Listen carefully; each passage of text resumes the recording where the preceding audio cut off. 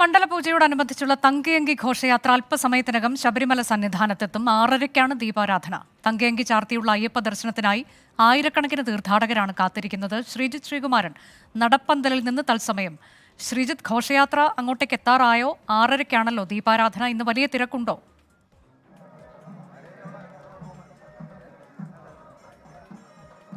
അനുജ, ആ ഘോഷയാത്ര ഇപ്പോൾ നടപ്പന്തലിലേക്ക് പ്രവേശിക്കുകയാണ്. തലയിൽ ചുമടേറ്റി ആണ് ഈ തങ്കയങ്കി ഇങ്ങോട്ട് ഭക്തി ആദരപൂർവ്വം കൊണ്ടുവന്നിരിക്കുന്നത്. ഡിവൈഎസ്പി എസ് നന്ദകുമാറിന്റെ നേതൃത്വത്തിലുള്ള സംഘമാണ് പത്തനംതിട്ടയിൽ നിന്ന് ഇതുവരെ ഈ യാത്രയെ അനുഗമിച്ചത്. എന്തായാലും അദ്ദേഹം അടക്കമുള്ള ആളുകളാണ് ഇപ്പോൾ ശരണം വിളിച്ചുകൊണ്ട് ഇത്തരത്തിൽ തങ്കയങ്കി ഇങ്ങോട്ട് കൊണ്ടുവരുന്നത്.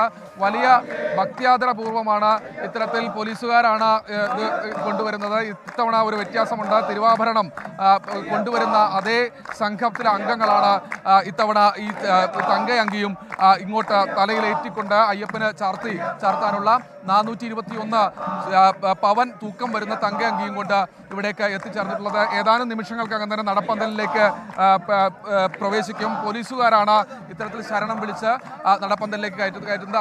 ആഴിയുണ്ട്, അവിടെ കുത്തുവിളക്കുണ്ട്. അങ്ങനെ വലിയ ആചാരപൂർവ്വം മേളപ്പെരുക്കത്തോടുകൂടി അയ്യപ്പൻ്റെ തിരുസന്നിധിയിലേക്ക് തങ്കയങ്കി ആനയിച്ചു കൊണ്ടുവരികയാണ്. ദേവസ്വം ബോർഡ് ഉദ്യോഗസ്ഥരുണ്ട്. അവിടെ ആകട്ടെ, സന്നിധാനത്താകട്ടെ, അല്പസമയത്തിനകം തന്നെ ചുമതലയുള്ള ADGP എസ് ശ്രീജിത്തിന്റെ നേതൃത്വത്തിൽ 18ാം പടിക്ക് താഴെ സ്വീകരിച്ചുകൊണ്ട് മുകളിലേക്ക് ആനയിക്കും. കൊടിമരത്തിന് ചുവട്ടിൽ മന്ത്രി VN വാസവൻ, ദേവസ്വം മന്ത്രി VN വാസവൻ, ഇതുകൂടാതെ Devaswom board president advocate PS Prashanth എന്നിവർ ഇപ്പോൾ തന്നെ കാത്തു നിൽക്കുന്നുണ്ട്. 6:30-ക്കാണ് ദീപാരാധന നടക്കുക. അത് തങ്കയങ്കി ചാർത്തിയുള്ള ദീപാരാധനയാണ്. നേരത്തെ അനുജ സൂചിപ്പിച്ചതുപോലെ തന്നെ രാജ്യത്തിന്റെ വിവിധ ഭാഗങ്ങളിൽ, ലോകത്തിന്റെ വിവിധ ഭാഗങ്ങളിൽ നിന്നുള്ള അയ്യപ്പ ഭക്തർ അല്പസമയം മുൻപ് തന്നെ, എത്രയോ സമയം മുൻപ് തന്നെ അവരിവിടെ കാത്തു നിൽക്കുകയായിരുന്നു. ചെറിയ നിയന്ത്രണങ്ങളുണ്ട്.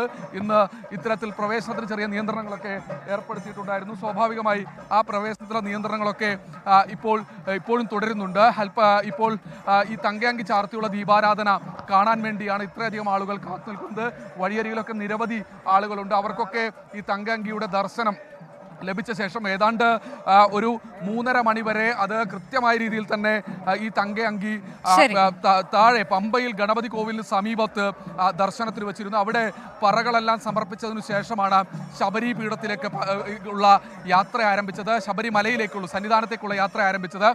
അത് തലയിലേറ്റി, അതുവരെ ഒരു രഥം പോലുള്ള ഒരു വാഹനത്തിലായിരുന്നുവെങ്കിൽ ഇപ്പോൾ അത് തലയിലേറ്റിക്കൊണ്ടാണ് ഇങ്ങോട്ട് കടന്നു വരുന്നത്. അത് ഇവിടെ എത്തുന്നൊരു തൊട്ടു മുൻപ് ശബരി പീഠത്തിൽ അല്പസമയം ദർശനത്തിനായി, അല്ലെങ്കിൽ അവിടെ ഒരു വിശ്രമത്തിനായി വെച്ചു. അതിനുശേഷം ശരംകുത്തിയിൽ വെച്ച് ദേവസ്വം ബോർഡ് ഉദ്യോഗസ്ഥർ സ്വീകരിച്ചു.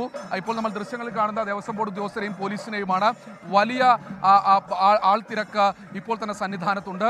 ഈ നിയന്ത്രണങ്ങൾ ഏർപ്പെടുത്തിയിട്ടുണ്ട്. പക്ഷേ എല്ലാ ഭക്തർക്കും ഈ തങ്കയങ്കി ചാർത്തിയുള്ള ദീപാരാധന തൊടാനുള്ള അവസരവും ഇതിനകം തന്നെ ഒരുക്കിയിട്ടുണ്ട്.